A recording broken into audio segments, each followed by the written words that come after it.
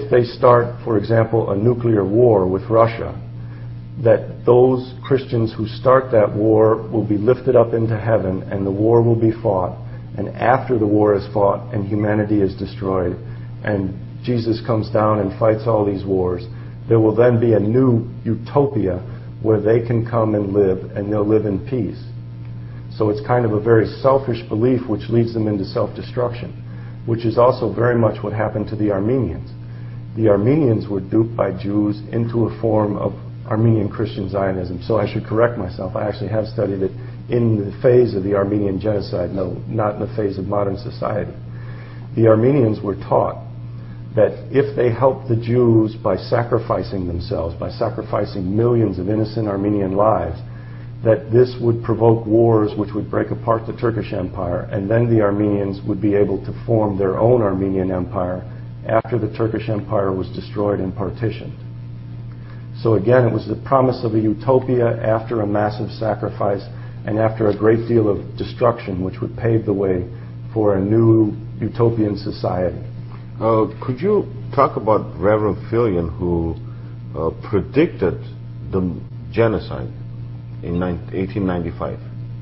I believe that Reverend Filion was actually a traitor, and he made amazingly accurate predictions that could not have been made individually, let alone collectively, without foreknowledge. He predicted the overthrow of Kaiser Wilhelm II. He predicted the overthrow of Sultan Abdul Hamid II. And he predicted the overthrow of the Russian Tsar. All of these things were amazing predictions which he made in 1895. And he also predicted in 1895, though there were Armenian massacres going on, he predicted that millions of Armenians would be killed. He also predicted that there would be a Jewish Holocaust. And he justified these things as if they were good things, because he said that this would lead to the War of the Apocalypse, which was the First World War. It was often referred to there as the war to end all wars, the War of the Apocalypse. And he said that at the conclusion of this war, there would be an Armenian nation formed, and that all Christian nations would bless the Armenians who had sacrificed themselves, and that the Armenians would become the new chosen people. So those were prediction or prophecies, he said, you think? He specifically said that he was making predictions and not prophecies. He said that these were things that he knew. He expressed himself somewhat cryptically, but it was very clear that he had foreknowledge. He must have been associated with the people who initiated these plans. Mr. Björkens, since we have only 5 more minutes left, tomorrow's meeting is very important. Could you elaborate on the points that you are going to talk about before we finish this tonight?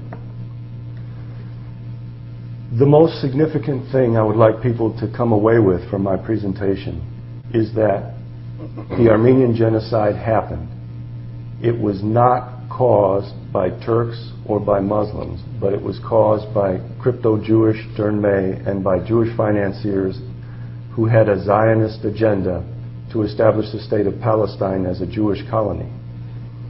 I also would like people to realize the political motivations for the cover-up, which is taking place and which has taken place for 92 years of the Armenian genocide. And I want them to ask questions.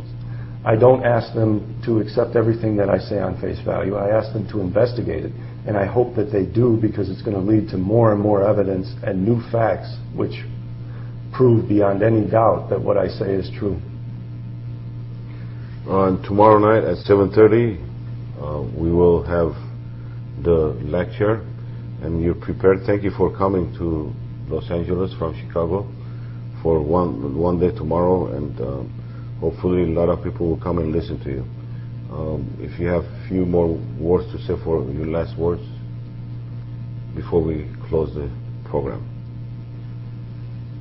My last words would be to the Armenian community that you have a right to demand that the truth be told about your history, and to not be intimidated by people who are going to try to smear your leaders for telling the truth. I would also humbly suggest to the Armenians that there is a political crisis in Armenia today, where Armenia is being led into conflict with its neighbors, chiefly Turkey. and that this is not going to help Armenia survive demographically or economically, and that by learning the truth, you can begin to heal the wounds which exist between Turkey and Armenia and create better society both for Armenia and for Turkey. So this will lead to a very positive outcome, as it should. And also to remember that this is simply the truth. There's no shame in telling the truth. In fact, you can come to understand what has happened and why you're in the situation you are in by making a historical critical analysis of what happened during the fall of the Turkish Empire and the motivations of those who perpetrated this great crime against you. And you can also learn many important political lessons from the cover-up which is taking place to try to hide these political facts, because you can see from the motivations of these forces how they're trying to bring Armenia into another disaster. And you can prevent it, and once these truths gain momentum, you will be standing on the side of the victors, and you will be standing on the side of right. So have courage and face it with courage and realize that you're ultimately going to win this fight. Thank you very much for coming and sharing your thoughts with our audience.